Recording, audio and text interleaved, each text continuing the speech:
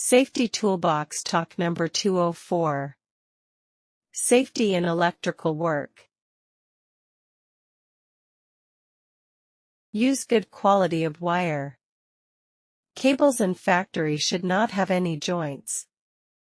Proper signboard is necessary. Power isolation close to the job. Cables should be completely insulated. Fire protection equipment to be kept nearby.